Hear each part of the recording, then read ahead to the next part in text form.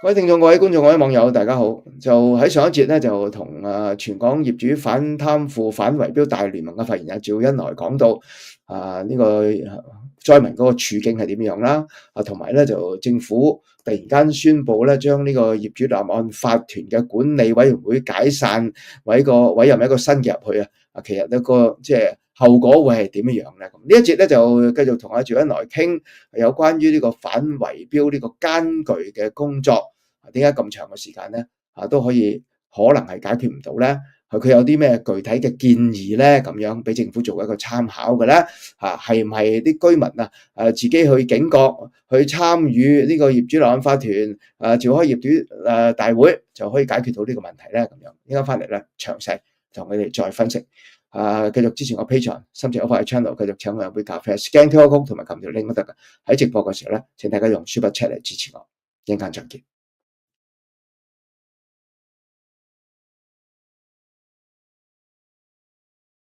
喂，今時今日咧，你仲可以自由咁上網，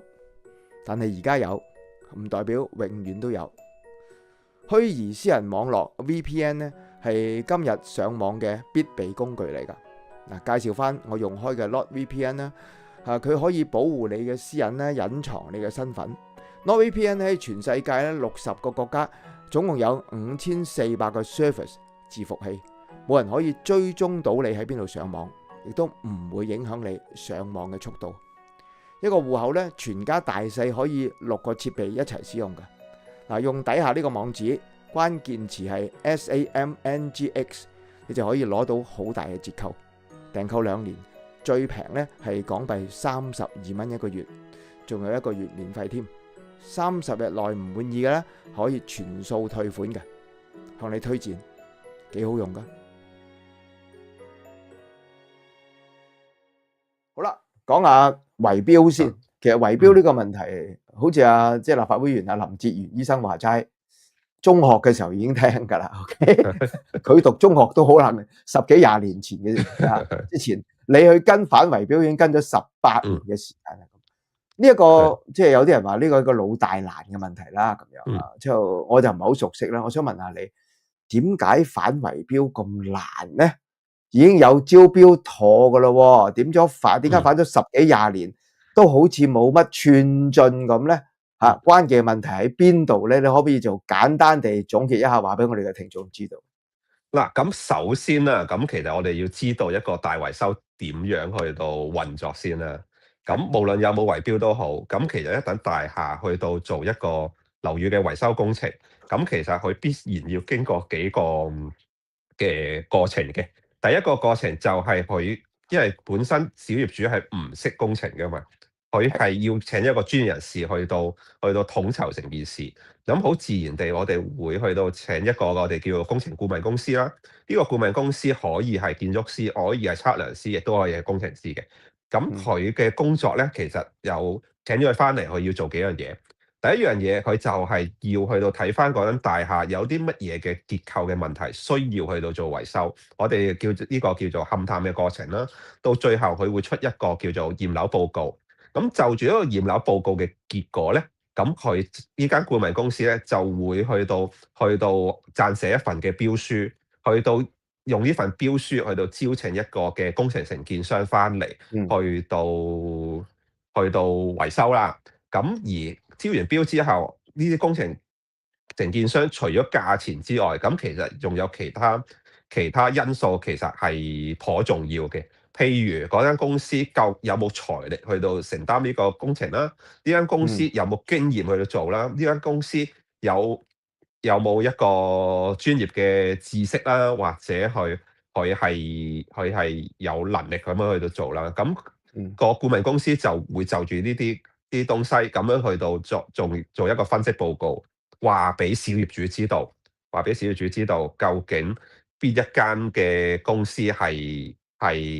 有機會冇能力去到做嘅，佢其實係有呢個專業責任去到俾小業主喺度參考嘅。但係到最後都係小業主決定揀邊間嘅，仲要評埋分添嘅，係啦，要評分嘅係咪啊？咁其實評分咧就唔係必須嘅，係啦，但係有評分咧，咁就好大機會去到影響到小業主嘅決定。咁所以如果有圍標嘅個案咧，有去到好大機會都會出現呢個評分嘅問題，因為評分咧，OK，本身就好容易去到被做手腳嘅，係啦。OK，我哋去到跟進圍標個案咧，我哋建議啲法團或者小業主咧，其實唔需要就住呢個工程公司去到評分，你只要出一個報告，話俾小業主知道呢間公司，喂，佢一路以嚟都冇做過呢啲咁嘅大型工程，突然之間嚟做喎，咁大家要小心啦。或者一啲其實好多係 facts 嘅問題，譬如我哋查個顧問公司有責任去到查翻呢一間嘅工程公司有冇法律訴訟喺身，有冇一啲政府俾人告過嘅個案，甚至乎有冇俾廉署拉過就住圍標嘅情況。咁其實呢一啲其實係好多係一啲事實嚟嘅啫。咁其實你列表形式咧，俾小業主咧，咁小業主其實自己會識選擇嘅。但係你評分咧，其實你點解嗰一間公司係90分，呢間公司係80分咧？咁其實中間係好容易去到被做手腳嘅，係啊。所以圍標嘅個案咧，好多時候都會評分，係。好啦，點解圍標咁難解決咧？中間出咗啲咩問題咧？其實嗱，咁其實頭先我講到啦，咁其實個遊戲規則就係顧問公司去定，但係到最後咧，個維修工程啟動咗之後，進行呢個工程監管咧，其實都係顧問公司嘅職責。咁如果嗰個顧問公司同呢一間嘅工程公司本身係有勾結有關聯嘅時候咧，咁好大機會就係本身嗰個工程嘅承建商佢未做滿足到呢個合約嘅要求，或者甚至乎偷工減料，呢個顧問公司都隻眼開隻眼閉咧，咁其實個工程公司就可以賺到好大嘅一個利潤嘅落差啦。因為其實我舉個例子啊，譬如好似雲福苑嗰類咁嘅樓宇，可能佢本身要做紙皮石嘅外牆，咁其實如果佢用翻做紙皮石，而家個市價約莫30到40蚊一個平方米，咁但係物料上講緊，咁如果佢去到做磚仔瓦，我哋可能去到如果用大陸磚，咁而家市價就約莫120蚊一平方米，但係你如果去到用日本磚，咁你個市價就200蚊一平方米，咁其實個落差可以爭好遠。咁而同時，咁其實有好多物料上，我哋可能都仲可以我哋可以分辨到，但係施工手法咧，其實係好難去到睇到，因為你做完個維修工程，究竟佢有冇做好個石屎維修咧？其實你真係要顧問公司先識睇，因為一般嚟講，我哋做石屎維修，我哋有幾個步驟嘅。第一個步驟就係要嗰個地方有裂縫殼或者有空鼓啦，咁我哋就要解開啲石屎，去到呢個鋼筋層，咁樣去到修補翻呢條鋼筋，去到做除鏽啊、打鑿啊等等嘅嘢，跟住我哋再修補翻嗰個石屎，跟住再喺出邊去到做一啲防水、做油漆、做飾面嘅嘢。咁但係如果你真係去到做手腳嘅時候，咁其實小業主或者法團唔會爬上個棚去到睇噶嘛，係啦。咁可能佢唔去到做足呢啲功夫，甚至乎我見過啲個案就係佢直情唔去到打鑿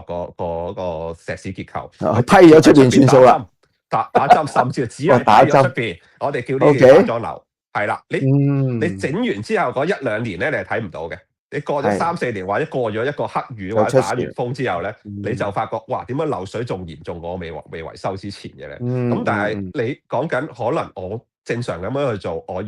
我要個工人做3日我先做到，但係我就咁我批翻去出邊嘅時候，可能2個鐘頭搞掂。咁嗰個人工嘅開支可以係爭好遠。咁但係如果個顧問公司有責任去到睇呢啲有冇問題噶嘛？咁但係如果個顧問公司本身就同呢個工程公司有勾結嘅時候，就明知係有問題，都唔話有問題。其實作為小業主法團，其實唔會察覺到有問題。咁其實你成個過程咧，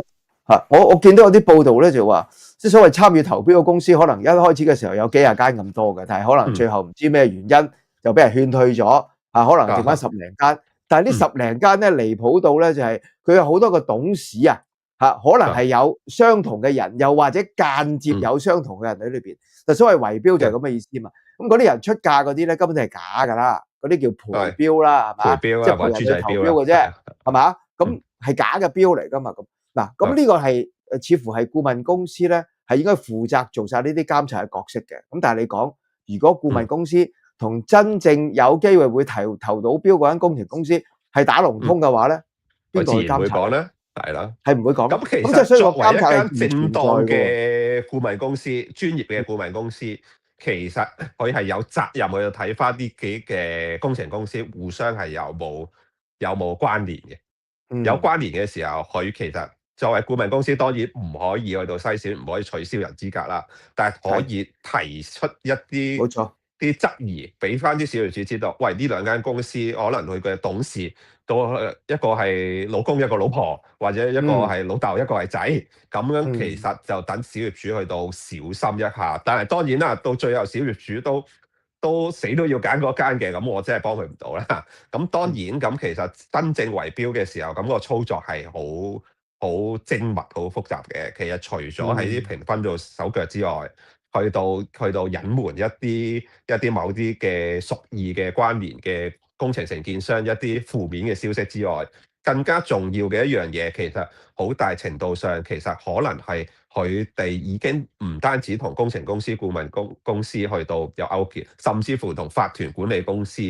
甚至乎可能一啲社區人士，甚至區議員有勾結嘅時候咧，咁甚至黑其實佢社會有哋就勾結。係啦，係啦，咁就佢哋可能用各種方法去到慫恿啲業主去到投某間公司，甚至乎可能係我哋係不斷喺個業主大會之前去到佢哋大量咁樣收集一啲授權書，控制嗰個投票嘅結果。咁其實呢嗯，一樣嘢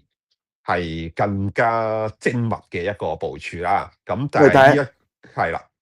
原來有個招標妥㗎咯喎，政府好似咧攞咗個招標妥出嚟咧，就一切都妥晒咁樣咯喎。其實招標妥係咪解決到個問題咧？其實，嗱，招標妥咧本身其實可以解決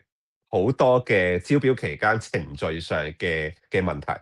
嗯，因為講緊十幾年前咧，我哋未有招標妥嘅年代咧，我哋招標嘅時候可以過分到個情況係乜嘢咧？就係因為以前招標就冇招標妥啦，唔係喺市建局度招標啦。一般嚟講，個標箱就擺喺嗰個屋苑嘅大廈嘅大堂啦。咁樣，嗯，但係咧，我哋過往就見到好多情況，就係你頭先所講啦，可能有啲黑社會嘅參與啊。當招標嘅過程裏邊咧，嗰兩個禮拜咧。咁長期有個導遊或者有個黑漢咁樣企喺嗰個大廈個門口，係啦。咁正當嘅公司見到咁嘅情況，我咪唔行入唔敢去去投啦。標咯，係咯。咁但嗯，係招標妥其實某程度上避免呢種情況嘅。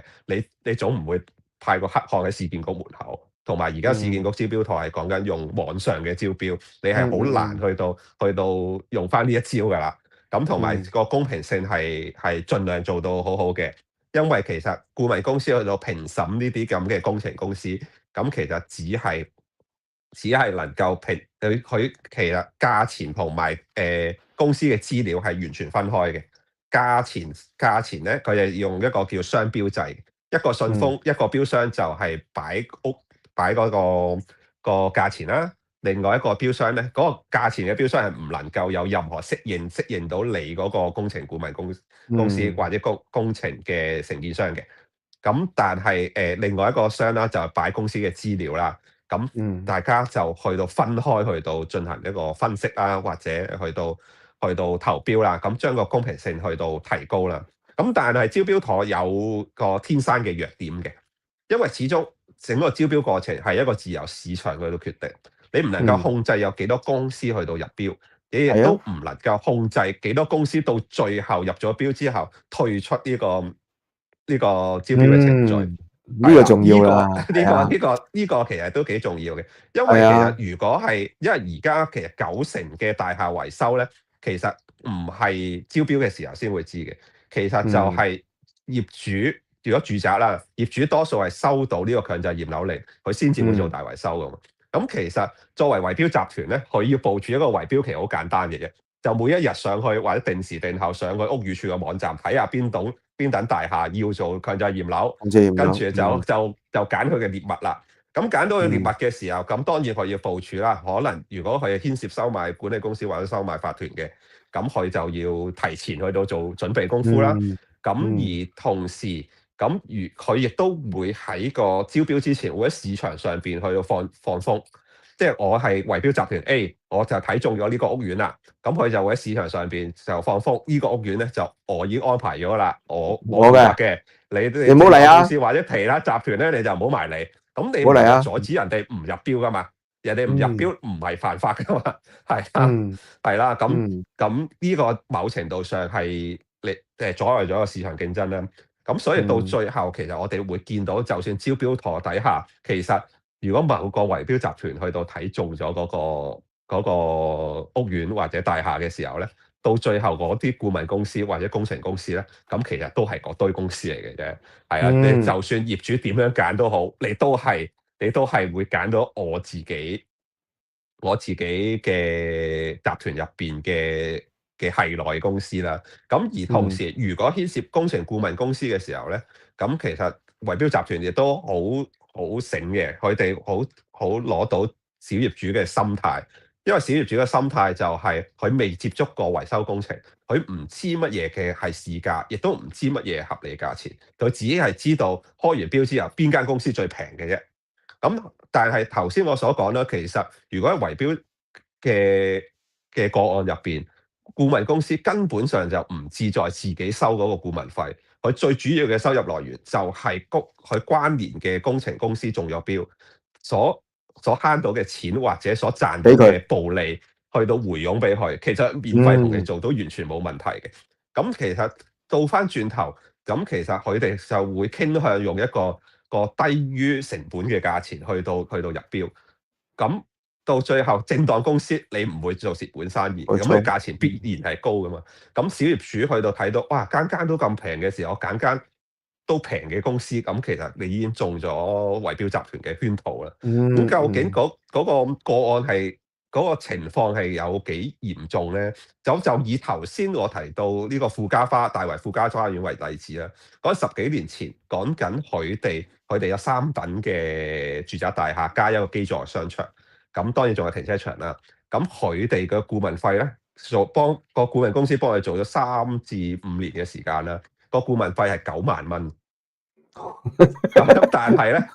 咧，到最後咧，每一嗯戶要夾嘅維修費咧，係每一戶約莫10萬蚊，成個工程咧接嗯近1億嘅。咁其實咧，可想而知，咁其實嗰個低價嘅顧問咧，其實我哋可以講話好大機會會出現咗一個天價嘅維修工程。咁而嗯同時啦，咁其實講緊呢一個情況有幾普遍咧？咁我即係呢兩年啦，咁其實我有幫緊另外一個喺馬鞍山嘅一個大型屋苑啦。咁嗯佢 total 有17座嘅住宅大廈，咁但係個顧問費係24萬5千蚊，同佢做嗯， 5至7年嘅工作。其哦實你除翻開真係好抵嘅，每一座大廈萬嗯零蚊都唔使，仲平過請個保安。係啊，你嗯相唔相信一個專業嘅顧問公司？一個專業人士同你做5至7年嘅工作，佢可以收呢個價咧。咁其實有時我哋用啲常理可以去到思考一下，當中係唔係好大機會有問題咧？因為我嗱哋係啦，嗯。我想諗成個制度嘅問題啊，即係有人嗯話咧，呢個圍標搞咗咁耐，其實就係個源於因為要有強制驗樓啦，嗯有強制維修啦，咁呢個係嗯大肥豬肉嚟噶嘛，係嘛？即係天價啊嘛，喐啲係嗯億聲嘅啦嘛，咁樣。但係一個關鍵嘅咧，就係政府將成個責任咧俾晒居民，佢自己嗯，係完全唔使負任何責任嘅，監管責任冇啦，專業知識嘅責任冇啦，居民邊有嗯，專業知識咧？係咪？好多譬如老舊嗰其實啲都可能係某程度七八十上呢歲。個圍係咪呢個標嘅問原因令到題，圍標出現咧？其實其實圍標嘅問題最大嘅因素咧，係一個市場資訊嘅不對等，同埋一個，OK，專業知識嘅不對等。作為一嗯個一個工程顧問，佢擁有一個絕對嘅優勢。或者圍標集團去擁有一個絕對嘅優勢嘅，佢擁有咗我哋唔能夠涉足。我嘅到咗今時今日，政府都冇公布過究竟一個樓宇維修工程約莫幾多錢先至係一個合理，合理嘅價錢。嗯咁其實以前有嘅，以前屋宇署有出過呢個維修工程嘅一個市價啦、參考價啦。咁其實但係咧呢個資訊咧更新到2001年咧已經冇再更新嘅啦。哦，係啦，係啦，咁到到咗最後，其實我哋唔會知道呢個市價係幾多嘅。到最後其實知道呢個市價幾多，其實得圍標集團嘅，因為佢係活躍喺嗯呢個市場啊嘛。咁嗯當然啦，咁其實你問我哋每一年都接觸咁多個案，其實我講緊呢十幾年，我都差唔多有1000個啊嘅個案喺度幫我手啦。咁其實我都約莫去到估到約莫要個市價約莫係幾多啦。咁嗯但係作為小業主，佢絕對係唔知道幾多錢，佢淨係知道翠湖花園30萬好貴喎。咁究竟幾多嗯錢先個合理嘅價錢咧？咁其實我約莫去到計，如果你淨係做強制驗樓嘅項目，你淨係建爛補爛，你唔係整個外牆嗰度翻新，咁其實去到今時今日，其實約莫8萬蚊到一個住宅單位，咁其實係約莫係呢個合理嘅價錢啦。去到今時今日，咁但係你如果譬如雲福苑咁樣，只要你嗰個工程去到轉換一啲嘅工程嘅施工手法，嗰個價錢係可以去到十幾萬，你個翠湖花園30幾萬啦。咁你講緊如果呢個圍標嘅個案去到何文田九龍塘，係其實我哋接觸嘅個案係講緊一個單位講緊千零尺嘅係130萬。咁其實嗰個情況其實圍標集團唔係睇佢嘅成本幾多，係睇你住嗰度嘅人接受到幾多。你可能住嗯住沙田嘅私樓，可能係接受到30零萬，咁佢咪好似翠湖花園咁30零萬咯。跟住你去嗰個雲福苑啲居屋嘅，其實10零萬你哋都接受到嘅，我咪10零萬咯。咁你去到山頂嘅時候，可能我去到幾百萬，可能你哋嗯都制嘅時候，佢咪咁樣。咁其實呢個市場好扭曲，係啊，嗱，雖然你講嗱價錢係一個因素咧，佢呢講都好多中間好多蠱惑招啦咁樣。咁一般嘅市民係唔識㗎，係嘛？係唔係能夠可以睇得到嘅，靠顧問公司嘅。你嗯即係我而家特區政府成日講啊，批評咪唔得，要有建設性啊嘛，係咪先啊？啊你認為呢個即係大維修要做啦，強制嗯。維修要做啦，有乜嘢嘅方法，有啲乜嘢嘅建議俾政府，覺得呢個圍標唔會出現嘅，呢個慘劇唔會再發生嘅，係咪要政府要介入咧？譬如有啲人講話，係咪嗯要政府要成立一個叫做呢個舊型嘅屋苑嘅維修管理局，政府公務員喺裏邊幫居民睇好多呢啲嘢嘅，嗯令到呢種情況咧唔會再出現嘅，呢好多違法嘅行為咧係會被消滅嘅。你覺得嗯係咪可以解決到呢個問題嘅好重要嘅方法？咁當然啦，呢個背後又大家好相信呢個政府啦，係啊，咁 OK，但係到最後咁，其實個問題就係而家圍標嘅問題就係缺乏一個第三方嘅監管。嗰第三方嗯監管其實可以係政府，可以係私人，因為其實我嗯哋去到協助一啲嘅懷疑圍標個案啦，咁其實如果個法團係正正常常啦，可能佢都係一個受害者嚟嘅。咁其實好多法團都係一個受害者嚟嘅。咁我就會建議佢哋，其實整個工程嘅監管，你唔應該淨係靠呢個顧問公司，你應該嗯其實而家政府就冇一個機制，就係佢有一個獨立嘅第三方協助嗰個工程嘅監管啦，個施工質素啦。咁其實而家我就會建議小業主可能或者法團啦，去額外聘請一個我哋叫做行入邊叫做 clerk of works，咁即係叫做工程監督，去到用一個第三方嘅角色去到睇翻整個工程係嘅質量係唔係符合呢個合約標準，去到進行一個驗收，同呢個顧問公司，當然顧問公司都會做驗收嘅。咁大家去咪重到相複咗咯，比一下，佢係重複咗，咪重疊重疊咗咯，但係如果咁咪正常嚟講，驗收係同一個標準嚟嘅，係咯。係啦。唔係，咁但係居民會覺得喂，我俾咗係啦，嚿錢顧問公司噶咯喎，你又要請多個係啦，人，哎呀，又會可能會咁諗喎，係啦。都唔係強制噶嘛呢樣嘢，呢係嘛？樣嘢唔係強唔係強制，制嘅，咁係咯，但係呢一樣嘢有個好處就係令到工程公司同埋顧問公司知道有一個佢哋控制唔到嘅人去睇住佢哋，OK，係啦。嗰個嗯，當然啦，更加好理想嘅做法就係政府可能屋宇署佢去驗收，有一個專人去到久唔久去到去驗收抽查啦。你叫佢驗，OK，收驗收就難嘅，老老實實。難啲，全香港咁多棟大廈去到做緊維修工程，咁嗯，屋宇署人手其實個人手編制唔係好多嘅，得幾千人係，嘅啫。係啦，咁嗯就佢有冇能力咁樣做咧？咁其實但係政府其實會唔會可以喺招標妥嗰度可以做多一步咧？因為而家招標妥去到幫你招標之外，另外就係會有一個獨立嘅估價嘛。咁但係佢到咗呢個承建商出咗世之後，咁其實招標妥嗰個或者市建局嘅角色就其實就冇咗㗎啦，就完咗㗎啦，佢要做嘅嘢。但係會唔會喺呢個位做多一步？因為你牽涉政府嘅一啲公帑嘅資助，我哋會唔會係招標妥可以做多一步？可能可以請一個第三方嘅監工去到